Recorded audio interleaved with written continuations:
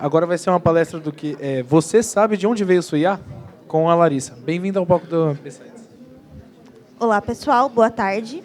Prazer, eu sou a Larissa.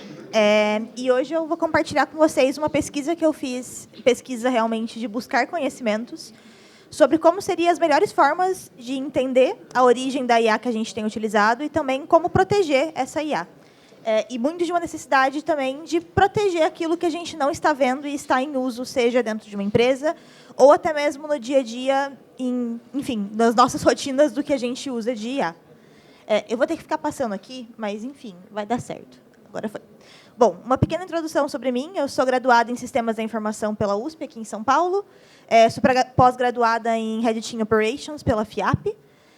Amo e muito, assim, sou muito apaixonada por CTFs, mais recentemente com CTFs de IA. Se tiverem curiosidade, a Village de AI, que está lá no piso 3, no piso E3, tem alguns CTFs de IA, a gente faz alguns eventos ad hoc sobre CTF, sobre IA em específico. E, geralmente, eu estou envolvida na organização desses CTFs voltados ali para IA. E também, como eu já disse antes, faço parte da Village AI. Quem tem interesse sobre o assunto, gosta de entender mais sobre segurança em IA e quer realmente se aprofundar um pouco mais nesse mundo à parte, recomendo bastante fazer parte da Village, porque a gente tem vários canais ali de troca de informações bem relevantes sobre segurança em IA. Bom, a primeira pergunta que eu queria trazer para vocês como uma reflexão vocês sabem quantos modelos vocês usam no dia a dia de vocês ou quantos modelos existem na empresa de vocês? É uma pergunta um pouco complexa, eu acho que ninguém nunca vai ter uma resposta específica, mas quando a gente para pensar sobre isso, abre um mundo de perguntas à parte. Hoje em dia, a gente não tem nem só uma área em específica que usa IA. A empresa inteira pode usar IA e ter modelos apartados, cada um usando da sua própria forma e explorando da forma que, enfim, bem entender. E, além de saber os modelos que existem, vocês sabem quantos deles eles são testados, validados, ou tem qualquer tipo de análise, seja de um time de segurança, ou mesmo da pessoa que está utilizando, antes dela clicar, baixar e utilizar, antes dela fazer o login e colocar alguma informação. E até olhando um pouco mais para modelos open source, que você pode, hoje em dia, subir na tua máquina, rodar aquele modelo. Vocês sabem quantos desses modelos passam por algum scan de vulnerabilidade antes de você ir lá e executar isso na sua máquina, ou na máquina de qualquer pessoa? Quando a gente começa a pensar para essas perguntas, a sensação é literalmente de caos. Ninguém sabe o que está fazendo, ninguém quer parar para entender o que está fazendo, e, geralmente, não tem como colocar ordem nessa bagunça de uma forma muito organizada, porque não tem controle. É muito difícil você conseguir controlar qualquer tipo de uso de IA ou qualquer ferramenta de IA que entre no ambiente hoje em dia, até porque, mesmo que você gerencie os seus fornecedores, grande parte dos fornecedores que você já tem na tua cadeia de suprimento estão colocando IA de alguma forma. Então, aquela due diligence, aquela validação que você já fez daquele fornecedor no passado, muito provavelmente mudou em alguns aspectos, porque eles também passaram a usar IA. E, pensando agora também em modelos privados, dificilmente você vai conseguir entender o que está acontecendo naquele modelo. Entender o que roda por trás do ChatGPT, por exemplo, é algo impossível em grande parte das coisas. A gente confia que eles não vão divulgar nossos dados. A gente tenta não passar dados sensíveis, ou confia que os colaboradores, as pessoas que usam, não passam dados sensíveis, e continuamos esse uso ad eterno das ferramentas. Bom, mas por que isso importa? Quando a gente olha para modelos de IA, e aí qualquer modelo que a gente esteja olhando, seja ele de geração de imagem, de texto, literalmente qualquer modelo, a visão que a gente tem durante o uso é que aquilo é uma mágica. Você coloca uma linguagem natural, explica para ele o que você quer, e ele devolve para você o que você pensou que queria, algo às vezes nem tão perto, mas ele devolve algo diferente com aquela informação que você pediu para ele. E, por mais que pareça mágica, isso não é mágica. Isso é um software, e, assim como qualquer outro software, isso pode ser atacado, isso tem vulnerabilidade, e isso tem seus riscos durante o uso. Bom, tem alguns casos que eu queria trazer também para exemplificar um pouco disso, e são muito voltados para essa ideia da cadeia de suprimentos de IA, quando a gente olha para a empresa, que mostram como isso está mais perto do que a gente pensa, de realmente existirem ataques afetando pessoas no dia a dia. Essa matéria ela fala sobre um pacote de Python, a gente vai ver até mais para frente o próprio pacote falando sobre isso, mas criando várias matérias, gerando um alarde, porque um dos pacotes de Python que são utilizados para a geração de modelos estava contaminado. E qualquer modelo que utilizasse esse pacote até a versão X estava, consequentemente, contaminado por um código malicioso. E aí, quando a gente olha para os modelos sendo enviados para Hugging Face, Kaggle e outras plataformas, muitas pessoas nem sequer sabem o que rodam atrás daquele modelo que ela está baixando. E provavelmente aquele modelo legado que ela baixou pode estar com uma versão vulnerável dessa dependência e está rodando ali um malware por trás dos panos, coletando informação. Nesse caso em específico não era algo tão crítico, mas existem pesquisas que mostram que você pode ter ali backdoor, você pode ter ali o envio de informação para outros sistemas e acaba passando despercebido no dia a dia por um uso indiscriminado ali do modelo. Um outro exemplo é uma pesquisa bem legal, e recomendo muito a leitura, o link dela vai estar nos slides que eu vou passar também, que fala como os cientistas conseguiram utilizar o modelo do Hugging Face e identificar dentro desse modelo um backdoor silencioso que ficava rodando ali e coletando informações sobre o que estava sendo utilizado naquele modelo. Para quem não conhece, eu não coloquei uma explicação aqui, mas o Hugging Face ele é como se fosse o GitHub de modelos. Então, você pode entrar ali e baixar qualquer modelo que você quiser. E, na prática, quando você baixa aquele modelo, ele pode já estar pré-treinado ou não, né? Mas, enfim, geralmente ele vai estar pré-treinado. Você só vai instalar ele, rodar na tua máquina e começar a interagir com a tua própria IA no teu ambiente. E aí, como eu disse, você baixa no teu ambiente e roda na tua máquina. Ele geralmente vai ter acesso a tudo que está na tua máquina e tudo aquilo que você coloca para ele. Logo, se ele tem um backdoor silencioso, dependendo do acesso que você tem, inclusive, na pesquisa eles ressaltam um pouco também a parte de comando e controle, né, um acesso remoto, um comando remoto ali da máquina, você pode ter um vetor de ataque consideravelmente perigoso rodando em diversas máquinas ali do ambiente. Mas, bom, como eu falei, por que isso importa realmente? Além de ter as matérias, teve um item a mais que, para mim, chamou a atenção, e enquanto eu olhava coisas sobre IA, que foi a atualização de 2025 do Top 10 da WASP para LLMs e GenAI. Antes era só LLM, agora é LLM e GenAI no mesmo Top 10. E o item 3 desse Top 10 é justamente o supply chain. E isso era algo antes não tão diferenciado entre modelos de IA e o supply chain tradicional. Porém, inclusive no próprio artigo da WASP explicando sobre o Top 10, ele traz coisas bem relevantes que são, de certa forma, específicas para modelos. E por isso que é tão importante a gente começar a falar sobre isso e começar a olhar para essas matérias, que tendem a ficar cada vez mais comum com o crescimento do uso de IA. Bom, mas o que é a cadeia de suprimentos de IA? Quando a gente para pensar, é um mundo muito abstrato, no geral. Como eu falei, geralmente você não vai ter acesso ao que um modelo comercial utiliza e roda por trás dos panos, você não vai ter muita informação sobre como eles rodam, mesmo que OpenAI, DeepSeek, etc., liberem ali os papers explicando sobre a construção do modelo, a infraestrutura na prática, como eles rodam, como eles são mantidos, nunca vai ser um conhecimento público, sempre vai ser um segredo comercial.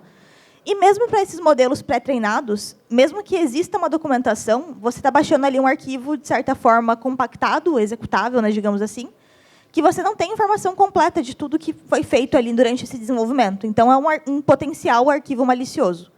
E isso também tem que ser considerado em toda a cadeia ali de tudo que a gente vai desenvolver para uma IA. Eu trouxe aqui uma imagem que é bem complexa, a gente não vai usar ela como exemplo. Tem aqui no próprio slide também, quando eu compartilhar, vocês conseguem pegar a pesquisa que descreve todo esse processo. E essa pesquisa, em específico, ela tentou destrinchar tudo que existe hoje em dia de cadeia de suprimentos focada para LLMs. E a gente vai notar que tem várias logos reconhecidas, porque tem várias ferramentas tradicionais que fazem parte da cadeia de suprimento, mas tem vários processos e pessoas envolvidas que nem sempre estão envolvidas da mesma forma que se envolvem com software comum. Então, a gente tem os próprios contribuidores que, no caso de IAs, por exemplo, eles servem para o retreino do modelo, dependendo de como o teu modelo for implementado. Você tem os próprios consumidores no meio da cadeia ali de desenvolvimento, você tem os próprios usuários finais. Enfim, de certa forma, é uma imagem bem bagunçada e, pelo menos para didaticamente ser explicado, para mim não ficou tão claro. E, por conta disso, eu peguei e resumi ali em alguns processos que, para mim, fazem mais sentido quando a gente está olhando para a cadeia de suprimentos de uma forma mais abrangente e com a perspectiva de segurança. Não é, só para deixar claro, foi algo que eu montei. Então, assim, existem muitos mais passos do que isso. É realmente só um resumo didático ali do que seriam alguns desses principais processos. Bom, E cada uma dessas etapas ali da cadeia de suprimentos, desse fluxo de desenvolvimento, vai acabar tendo seus próprios riscos, seus próprios desafios. E a ideia da imagem era tentar trazer um pouco disso. Mas, bom, a primeira etapa seria, quando a gente pensa em desenvolver uma aplicação com IA ou ter uma aplicação de IA, seria ter um dataset. Ou seja, quais dados a gente vai usar para treinar aquele modelo. E se ele já for pré-treinado, seja quais dados eles foram utilizados, quais dados a gente tem que complementar aquele modelo. Enfim, os dados são a base para qualquer modelo de IA, quando a gente for pensar ali no desenvolvimento. Quando a gente olha para essa etapa, a gente vai ter ali justamente alguns riscos de poisoning, label flipping e a própria injeção de vieses que acabam acontecendo nessa etapa. E se você não tratar bem os dados da forma correta, você já tem um primeiro risco ali na tua cadeia de suprimentos. Depois do dataset, a gente chega na etapa de treinamento. Então, a gente vai selecionar os algoritmos, vai começar a aplicar os treinamentos. E ali dentro, a gente passa a ter uma série de outros riscos. A gente pode ter os backdoors, a gente pode ter o treinamento em um ambiente inseguro, que aí, enfim, pode ter ali alterações que o próprio desenvolvedor não conheça e não entenda o que esteja sendo feito.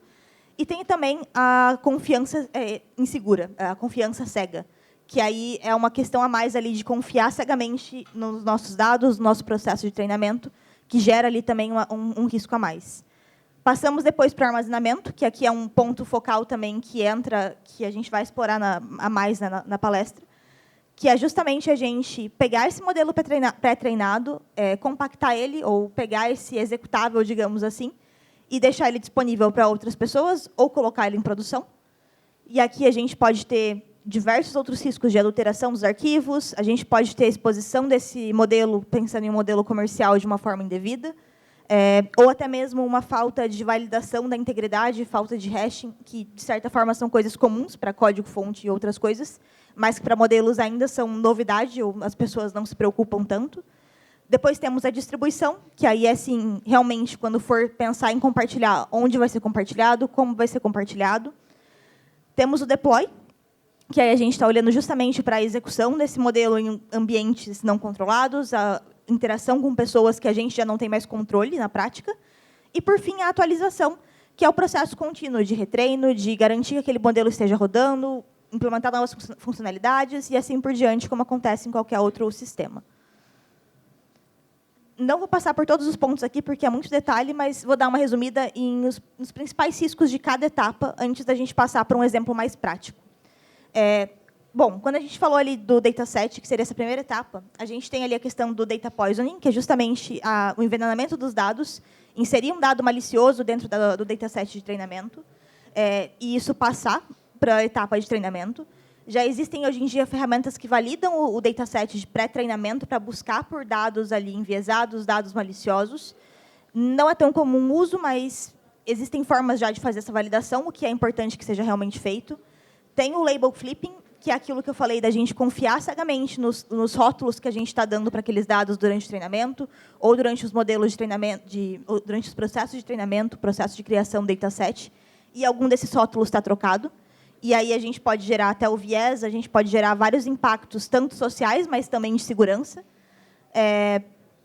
A gente também tem, por fim, a injeção de viés, que aí a gente também manipular esse treinamento, por exemplo, para que ele exclua uma parte dos dados de treinamento e foque somente em uma das outras partes.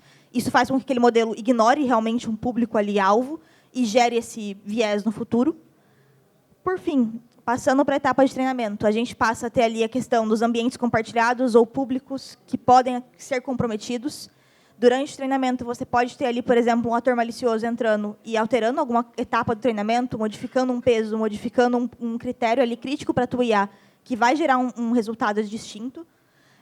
Temos também ali os backdoors nos pesos, e esse é um caso bem interessante que a gente vai explorar com um artigo bem legal que eu peguei para destrinchar um pouco de como isso se comportaria num ataque, que é justamente você esconder um backdoor nos pesos de uma IA. E aí, quando você compila esse modelo, você faz ele ficar pronto ali naquele modelo executável, a pessoa vai baixar aquele modelo e fazer o uso, carregar o modelo na máquina. Na hora que ela faz o carregamento, o modelo ele vai automaticamente executar esse malware e infectar a máquina. Isso já é algo que existem pesquisas que provam que é possível, e existem modelos hoje em dia no Hugging Face que fazem isso. Então, existe já esse viés ali de ataque. E temos também ali o treinamento por terceiro sem validação, que seria o blind trust. Você treinar aquele modelo para uma pessoa que você não confia na forma com que ela está aplicando isso. E isso acaba gerando ali realmente um treinamento indevido daquele modelo. Temos no armazenamento ali também, igual eu falei, mesmas questões de outros tipos de armazenamento no geral para segurança, que é o armazenamento em local inseguro, sem autenticação, sem validação de quem acessa, sem log de acesso. Temos os modelos salvos em formatos vulneráveis, que aí se complementa com o item anterior e gera ali um problema a mais quando a gente fala no processo de desenvolvimento de modelos. Existem formatos como o PKL, o PT e o JobLib que já são conhecidos por serem vulneráveis e permitir execução de código. E aqui entra a mesma coisa de armazenamento. Você armazenar o teu modelo em um formato como esse é um problema, assim como você consumir modelos em um formato como esse também pode ser um problema. Na distribuição, a gente tem as questões de acesso também comum que a gente pensa, que nem a gente teria no GitHub, mas como Hugging Face. Além de ter ali uma falta de validação automática, uma falta de auditoria nesses modelos que já foram compartilhados e estão ali rodando em produção, de certa forma. E, os dois últimos passos, no deploy, a gente vai ter ali, como já foi falado, a execução das permissões amplas. E aí, existe aqui desde você não controlar o que o teu usuário tem acesso, você permite que ele faça o que ele quiser naquele modelo. Tem uma questão ali também que envolve a parte de deploy, entre deploy e atualização, que é você controlar um pouco ali, filtrar os tipos de conexões que estão entrando naquele modelo, o que está interagindo com aquele modelo, para evitar que ele receba ali uma conexão indevida e, enfim, uma escrita indevida dentro daquele sistema que faça ele ser afetado em deploy. E, na etapa de atualização, a gente olha também ali para as questões de retreino, que aí, principalmente, são os ataques que acontecem por usar dados de retreino sem auditoria, que acabam também podendo infectar aquele modelo. E temos também ali as questões de outros abusos, como falta de rate limiting, que você pode causar ali uma indisponibilidade do modelo. Tem as questões ali de uma alteração durante esse processo de redeploy e atualização que gere uma nova vulnerabilidade, não é validada, e assim por diante, vai postergando ali esse artefato malicioso dentro do próprio modelo. Mas, bom, passando para essa parte mais conceitual, eu queria trazer um exemplo de como que isso realmente pode ocorrer na prática. E esse artigo do Hidden Layer, ele foi assim, é um artigo extenso, ele é um artigo pesado a leitura, porque ele realmente envolve manipulação de bit para esconder esse malware. Eu não vou passar nos mínimos detalhes dele aqui, porque senão eu ficaria algumas horas falando sobre isso e explicando como que ele funciona. Mas é um caso real e é um caso que realmente já pode estar acontecendo e geralmente não tem uma visibilidade tão grande quando a gente olha para modelos em produção. Nesse caso do Hidden Layer, eles pegaram e buscaram formas de esconder um malware que realmente pudesse ser executado em uma máquina durante a execução de um modelo, porém, sem afetar o funcionamento comum daquele modelo. E, para fazer isso, eles utilizaram alguns formatos, como o PKL, que é o do Python Pickle, o JobLib, o .joblib, né, ou o PT, que são do PyTorch, para justamente carregar esses modelos dentro do modelo serializado e, a partir da execução desse modelo, quando o usuário fosse lá e desse o import, ele automaticamente ia executar um ransomware dentro do ambiente do usuário. E é bem legal, porque realmente a execução que eles mostram ocorre assim em segundos. A pessoa não consegue nem pensar que ela fez o import de um modelo malicioso e rodou aquele modelo malicioso, e assim, em segundos, a máquina já é 100% infectada e a pessoa perde acesso a tudo. Bom, agora foi. Como que funcionou essa técnica que eles utilizaram? O primeiro passo deles foi pegar ali a serialização maliciosa, ou seja, construíram um modelo tradicional, fizeram um processo de treinamento, pegaram, inclusive, um modelo já pré-pronto e editaram aquele modelo que já funcionava. E a sacada deles para fazer com que o modelo não percebesse que tinha sido alterado, foi justamente pegar os pesos do modelo, que são ali os nós, onde a gente define ali os fatores de probabilidade que aquele modelo vai usar como cálculo para chegar à resposta final. Pegaram os bytes, ali, esse número, né, ele vai ser um float, ele vai ter ali algumas casas decimais. Como era um número com uma quantidade maior de casas decimais, nesse caso, se eu não me recordo, eram 6, eles optaram por pegar as duas últimas casas decimais de pesos de nós aleatórios, que eram nós que tinham justamente um espaço a mais sobrando ali na alocação de memória durante o processo de serialização do modelo. E dentro desses nós, eles passaram a esconder os códigos e arquivos do ransomware em execução. Temos um aplicativo. Bom, fazendo isso, o que eles conseguiram perceber? A alteração do modelo era muito pequena, ou seja, eles conseguiam continuar rodando aquele modelo, o usuário ia ter respostas esperadas, e...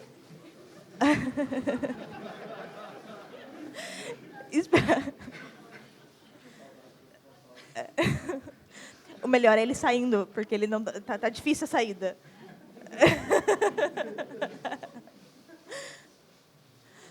Bom, continuando.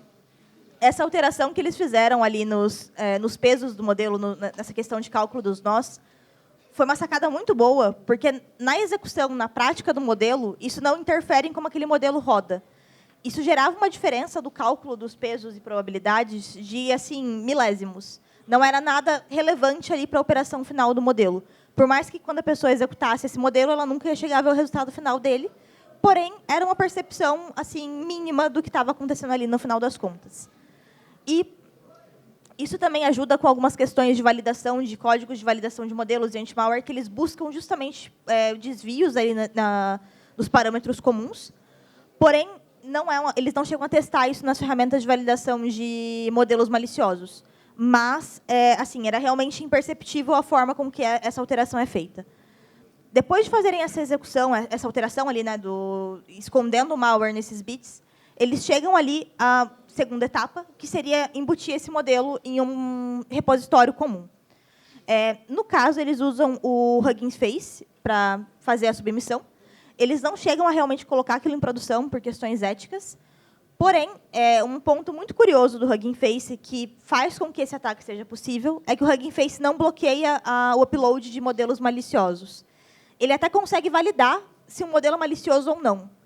Porém, a única coisa que ele vai fazer é exibir um aviso falando que aquele modelo provavelmente é malicioso, explicando qual que é o arquivo daquele modelo em de treinamento que realmente tenha um item malicioso. Mas, mesmo com um aviso, você pode ir lá e fazer o download. Inclusive, existem modelos que já são conhecidos como maliciosos e continuam com números altos de download, mostrando que a proteção que está ali ela é realmente só ilustrativa, talvez a pessoa nem veja, principalmente se ela for fazer o download do modelo via linha de comando, que aí o aviso fica ainda mais apagado ali durante o uso. Fazendo o download do modelo, a pessoa passa para a execução do modelo, que é quando ele vai carregar aquele modelo usando as funções pickleload ou torque.load, que são funções que também permitem a execução de código durante a deserialização do modelo. E, com isso, automaticamente, a máquina é infectada por um ransomware. A principal vulnerabilidade nesses itens é justamente a função Python que eles usam para serialização, os modelos de Python que utilizam, que tem ali alguns métodos inseguros, como o reduce, e também os métodos de execução que permitem que esse código seja executado. E qualquer modelo que tenha essa inserção de código malicioso tende a ter a execução feita e não detectada por esses outros modelos, ali, por essas ferramentas, pelo menos de armazenamento. Por EDR, ela pode ser detectada. Tem algumas pesquisas que já buscam também trazer formas de burlar ali a execução e detecção por EDR, mas facilitam ali muito a infecção do modelo sem que a pessoa sequer saiba que existe um código malicioso ali dentro dele antes de poder executar ele na máquina. Bom, resumindo ali os passos, eles pegam basicamente ali um arquivo .pkl malicioso, que seria ali justamente o modelo treinado e disponível ali para execução em qualquer máquina. O desenvolvedor faz o download desse item. Com esse item, ele vai usar o torque load ou o pickle load para fazer o loading, né, para fazer a serialização daquele modelo e carregar ele na máquina local. E, automaticamente, com essas funções, ele chega na execução do código malicioso, que faz o ransomware se tornar ativo no ambiente. De certa forma, não é muito diferente de qualquer infecção que a gente tenha na nossa vida, no dia a dia. Qualquer infecção que você vai ter para um ransomware vai seguir um caminho similar, de certa forma. A pessoa vai executar algum arquivo de alguma forma maliciosa que vai gerar uma infecção. E é bem Ficou bem ruim a imagem. Mas, enfim, é bem interessante pensar também que o mecanismo de infecção também é algo similar. Eles estão usando funções de código ou funções do computador que são maliciosas e permitem esse tipo de ataque. A imagem ficou ruim, mas nos slides eu vou passar para vocês, tem o link também do artigo completo. Mas isso aqui é uma tabela com todos os formatos vulneráveis que você tem hoje em dia que permitem a serialização de código, a execução de código durante o processo de deserialização. E um ponto bem importante é que esses três aqui de cima são o Pickle, o PK e o terceiro, eu não vou lembrar o nome agora de cabeça, mas são os três formatos mais utilizados para LLMs e IAs dentro do Hugging Face. Ou seja, os formatos padrões que a gente utiliza para armazenar modelos, eles são justamente modelos formatos já vulneráveis que permitem esse tipo de ataque. E grande parte dos modelos, pelo menos open source, que você for executar na tua máquina, ou, enfim, qualquer lugar, tem esse risco de estar ali contaminado com algo malicioso. Bom,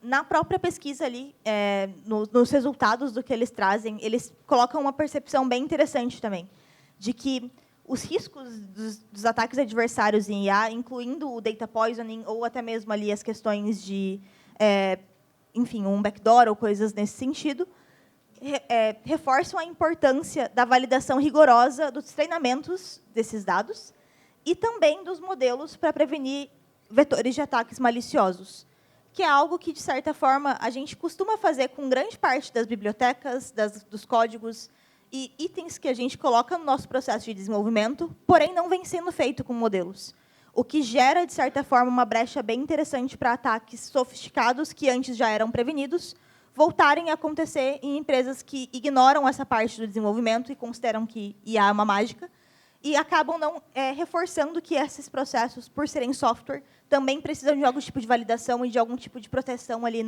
durante o processo de desenvolvimento e implementação. E aí, como eu falei, ele é um processo como qualquer outro. E aí eu tentei desenhar aqui algumas coisas que a gente poderia até pensar para proteger esse processo e evitar que esse ataque tivesse acontecido se a gente estivesse rodando aquele modelo open source malicioso no nosso ambiente. Então, o primeiro ponto, quando um desenvolvedor, por exemplo, fosse baixar um modelo com um PKL malicioso, se a gente tivesse qualquer tipo de validação da origem ou reputação desse modelo, já teria barrado ali, em uma primeira etapa, a execução desse modelo indevido. Por mais que, quando ele for executar, ele não vai ter visibilidade ali e realmente já fosse se tornar infectado, um passo lá atrás simples de validação da origem, validação de reputação, ou até mesmo ali o scan de vulnerabilidades naquele modelo, e existem scans já voltados para IA, já teria, talvez, levantado um alerta e mostrado que aquele modelo tem algum risco e não é ideal você rodar ele na tua máquina indiscriminadamente. O segundo passo, quando a gente olha para o desenvolvedor fazendo o download, existem formas, e nessa pesquisa, inclusive, eles colocam uma Yara Rule bem legal e bem específica para detectar modelos de IA maliciosos, que poderiam ajudar a gente também a detectar esse download ali, esse arquivo na máquina de algum colaborador ou em algum ambiente que seja inseguro.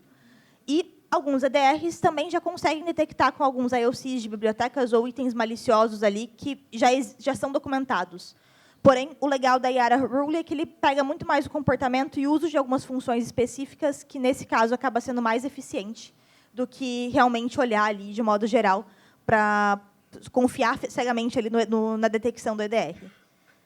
Depois disso, quando a gente olha ali para o desenvolvedor carregando, né, o arquivo torque.load, o pickle.load, seria muito interessante se a execução desses modelos desconhecidos não fosse feita na máquina do colaborador ou na tua máquina root, na tua máquina comum.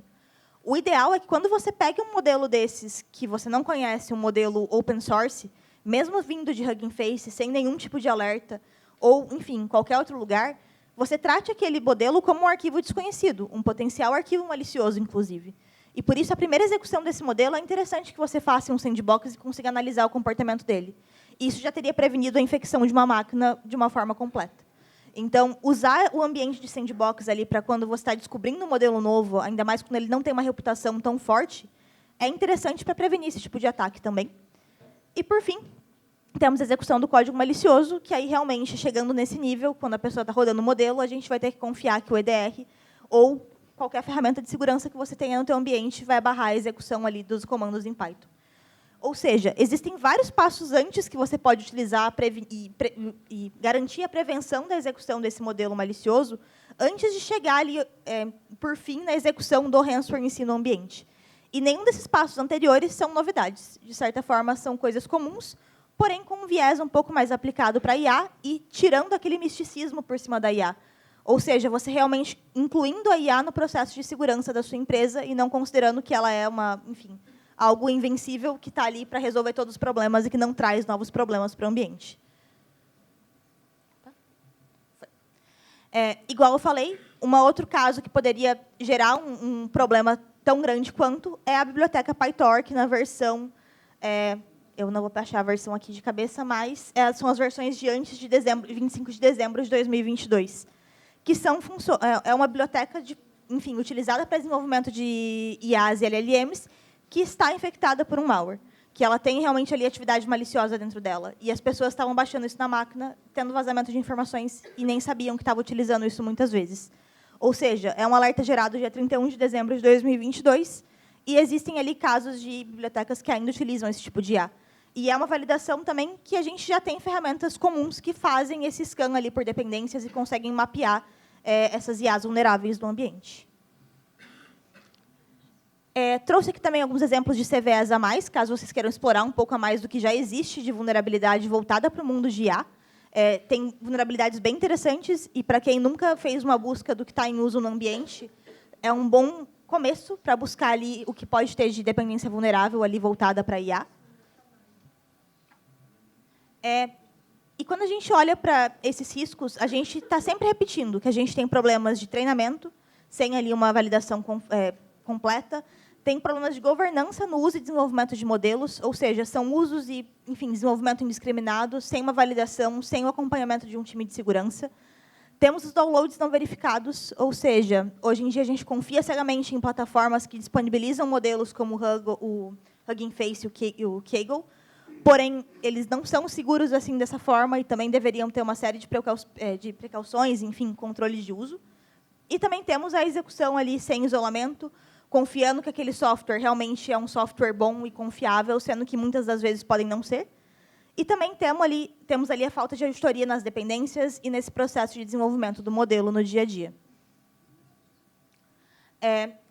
E aqui a gente começa a olhar, então, para esses modos de prevenção, quando a gente fala da cadeia de suprimentos. Porque, como eu falei ali naquele exemplo que a gente usou como case, os métodos de proteção são, de certa forma, tradicionais, não mudam muito do comum. O principal é a gente focar em incluir a IA nesses modelos de proteção que já existem. Quando a gente olha ali para a questão dos datasets, a gente tem ali questões de justamente validar a origem desse dado, fazer a sanitização de dados, fazer ali setar as expectativas com aquele dado que a gente está utilizando, ou seja, garantir que o dado selecionado para treino do modelo realmente é o ideal para que aquele modelo seja treinado. Temos também ali o versionamento desses dados, garantir que eles tenham ali cópias de backup, que tenham controles. Se ele for alterado, você tem ali as versões, o que foi alterado naquele dataset, porque isso também pode influenciar na resposta final de um modelo. Na etapa de treinamento, a gente tem justamente o uso de ambientes isolados para o treinamento, para garantir que nada vai interferir durante o processo de treinamento e fazer ali a inclusão de um software malicioso durante o desenvolvimento e treinamento do modelo. Temos os logs, o uso de logs e, informações ali de versionamento desse código e desse desenvolvimento de modelo. E também temos já algumas ferramentas de detecção de anomalias, que permitem que você busque ali anomalias nesse código desenvolvido focado para modelos de IA. Para a etapa de armazenamento, a gente passa a ter o uso da assinatura digital dos artefatos, que também não é uma novidade, mas é interessante para você garantir que o teu modelo não foi ali alterado durante um processo de armazenamento. Temos os controles de acesso, garantir claramente quem está acessando, editando e, cuidando desse modelo de certa forma. Temos ali o uso de hashes e verificação automática para CI/CD. Também é algo comum para código, geralmente. E usar esses hashes ali em CI/CD garante que, durante o processo de inserção no CI/CD, não teve alguma alteração indevida também e gerou ali algum problema para o modelo em si. E temos também a preferência por modelos seguros de armazenamento, que aí a gente entra no Safe Tensors, que é um modelo desenvolvido pelo Hugging Face exclusivamente para armazenamento seguro de modelos, que não permite a execução de código malicioso durante a deserialização. Não podemos dizer que ele é 100% seguro, mas já é melhor do que os outros. Como é um modelo novo, pode ser que existam vulnerabilidades e formas de explorar ainda, mas já é melhor do que os outros que a gente sabe que existem e não corrigiram ali os problemas que existem ali de execução de código durante a deserialização. Na distribuição, a gente tem o uso de repositórios com controle de acesso, com validação de quem está fazendo ali o download ou o uso daquele modelo. Temos o uso de Yara Rules para justamente mapear ali, arquivos baixados com vulnerabilidades. Temos a validação em CI/CD, de CI/CD e em sandbox ali antes de fazer o deploy final. E temos a verificação de SBOMs, a gente vai falar sobre isso um pouquinho mais no final também, mas são ali mecanismos de validar ali realmente se aquele modelo tem ali uma assinatura segura ou não, no final das contas. Para o deploy, a gente tem a execução em containers, que também ajudam a ter um deploy ali em um ambiente segregado e limitado com acessos reduzidos. Temos o monitoramento da execução desse código enfim, do deploy desse processo de código. Temos também a política, uso de políticas de tempo e recursos de job para inferência, para garantir que todo o processo de rodar aquele modelo, de inferência do modelo, também esteja seguindo regras claras e de acordo com o que era planejado. E, por fim, na atualização, a gente tem sempre a auditoria automática desses dados e do retreino, o acompanhamento da performance do modelo ao longo do tempo. Podem ter mudanças de performance que indicam ali uma infecção ou algum ator malicioso fazendo uso indevido daquele modelo. É importante, durante a etapa de atualização, também ter técnicas de rollback, porque, se surgir um problema, você também tem que conseguir fazer uma alteração ali no processo de atualização, assim como a gente faz para outros modelos. Ou, por exemplo, identifiquei algo malicioso no meu modelo, eu tenho que ter como voltar atrás para garantir que o modelo anterior, pelo menos, continue rodando. E, preferencialmente, a gente tem que ter logs dessas atualizações e uma revisão humana, se possível, e não somente automatizada, do que foi alterado nesses modelos, para evitar que passe alguma atualização indevida ali nesse modelo. Mas, bom, como a gente falou no começo, se você não sabe de onde veio esse modelo, você não deve confiar nele. E você nunca vai ter certeza do que aquele modelo é capaz de fazer se não foi você que criou aquele modelo. Logo, a gente tem várias outras táticas que a gente pode usar para prevenir esses modelos. Onde a gente pode começar a buscar por vulnerabilidades e acompanhar o que está acontecendo no mercado e o que tem ali surgido de pesquisa sobre novas vulnerabilidades no mundo de IA. Eu citei aqui algumas fontes. O CVE e o NVD do NIST são boas fontes para IA, porém, eles estão misturados com várias outras coisas. Existem alguns blogs e, enfim, empresas que também focam muito em pesquisas no mundo de segurança e IA, como a JFrog e o Hugging Face, que têm blogs muito completos e, geralmente, com provas de conceito bem legais sobre as vulnerabilidades que surgem nos modelos, o que ajuda muito no entendimento e entender e garantir que você realmente proteja da forma correta aquele modelo. Temos também as ferramentas como o GitHub Security Advisors, que também já consegue captar essas novas CVEs e, de certa forma, mapear se aquilo é vulnerável ou não. E eu coloquei também um repositório no GitHub que ele é focado em supply chain de modelos. E aí é um repositório com várias ferramentas, vários artigos, e está sempre sendo atualizado ali com informações sobre como proteger o teu processo de desenvolvimento de modelo. E, enfim, como eu falei, tem ali também o próprio PyTorch, o blog do PyTorch, sempre busca manter atualizado com vulnerabilidades, mas muito mais focado para o PyTorch em si do que para a comunidade como um todo. Bom, fora isso, a gente tem ali já algumas ferramentas open source que fazem validações em modelos e que são bem interessantes de serem implementadas nessa cadeia de desenvolvimento para garantir que a gente detecte o quanto antes esse código malicioso sendo executado dentro do processo, né, do desenvolvimento do modelo. O Garak, o CyberSec Eval, eles estão todos os links aqui, inclusive, para vocês acessarem.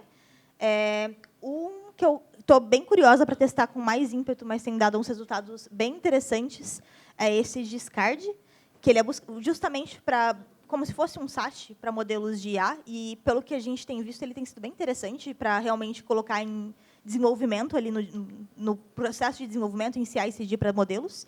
E grande parte deles já se integram também com ferramentas de CI/CD tradicionais, o que facilita ainda mais a implementação delas em processos que já existem de desenvolvimento.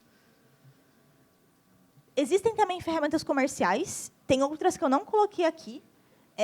A própria Hidden Layer tem uma ferramenta muito boa para detecção de backdoors, especificamente em modelos de IA.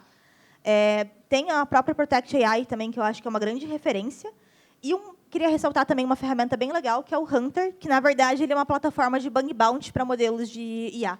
Então, se um dia vocês estiverem utilizando algum modelo, ou buscando ali no Hugging Face ou Kaggle algum modelo, e ver que o modelo tem uma vulnerabilidade não mapeada, vocês podem submeter no Hunter, que ele tem ali um processo também de remuneração para empresas que fazem parte, ou desenvolvedores que fazem parte ali do processo de bug bounty deles. Mas, por fim, eu não vou passar por todos os itens que tem ali, até por questão de tempo, mas eu queria ressaltar que isso está no slide. Eu acabei, nessa pesquisa, buscando formas de ter ali um checklist básico do que deveria ser implementado para proteger o processo da cadeia de suprimentos como um todo de desenvolvimento, e criei um checklist com vários passos práticos do que deveria ou não ser considerado ali nesse processo de validação da cadeia de suprimentos. Então, a gente tem auditoria e validação, o que deveria ser auditado, quais ferramentas ali são sugeridas para cada etapa, o que você pode buscar, por exemplo, também em formatos de serialização insegura, quais formatos você pode criar regras ali de bloqueio, ou, enfim, de, pelo menos, educar as pessoas para não utilizarem ou terem mais desconfiança com esses modelos. Execução segura, qual que seria o processo ali seguro de execução? Então, executar em containers ou em uma sandbox, limite de tempo de execução, memória, utilizar algumas funções específicas em alguns containers para bloquear ali questões de segurança quando for fazer o teste desse modelo. Temos também ali o monitoramento e detecção. Então, o que você poderia monitorar, quais são regras e ferramentas que você pode usar que são interessantes para monitorar o tipo de ação indevida que vem desse tipo de ataque. Alguns testes de segurança, e aqui também reforçando que sempre que uma empresa for desenvolver e distribuir modelos, é muito importante existir times de testes de modelos. Existe o Red Team tradicional e, hoje em dia, já existe o Red Team de modelos de IA, que são ferramentas e times bem interessantes para você garantir que aquele modelo tem o comportamento esperado. Temos também os itens de governança e rastreabilidade. Então, quais são os controles básicos de governança e rastreabilidade que você deveria implementar naquele modelo. E, por fim, o monitoramento de vulnerabilidades. Então, tem aquelas ferramentas que eu já trouxe ali atrás. Também tem ali algumas coisas importantes para utilizar para audição e, enfim, para auditar os seus ambientes periodicamente. Uma dica bem especial também, que a própria OASP dá no Top 10 de LLM e GenAI, é uma referência para que, nesse controle, você também aplique os controles do Top 10 A06, que é o de vulnerabilidade e, enfim, software outdated, né, fora de conversão desatualizada. E também temos ali algumas regras para revalidação contínua, que seriam ali passos de como fazer a auditoria, como garantir que aquele modelo realmente esteja rodando o que é esperado. Eu sei que está um pouquinho pequeno, mas eu vou divulgar o slide no meu LinkedIn e também no WhatsApp da Village AI, e aí vocês conseguem pegar e copiar o checklist ali completo. Bom, por fim, eu deixei aqui alguns materiais de apoio a mais. Tem ali o próprio artigo que eu falei, que explora muito mais o fluxo de supply chain para LLMs. Ele é bem focado em LLMs, então não vai acabar abrangendo outros tipos de modelos, mas é uma leitura bem interessante. Além de ter alguns blogs que eu recomendo muito a leitura, como o do Hidden Layer, o do PyTorch, o JFrog e a própria OASP Top 10 de LLMs e GenAI. Era isso. Espero que tenham gostado e que o conteúdo tenha ficado claro de uma forma geral. E, caso alguém tenha alguma dúvida, também fico à disposição.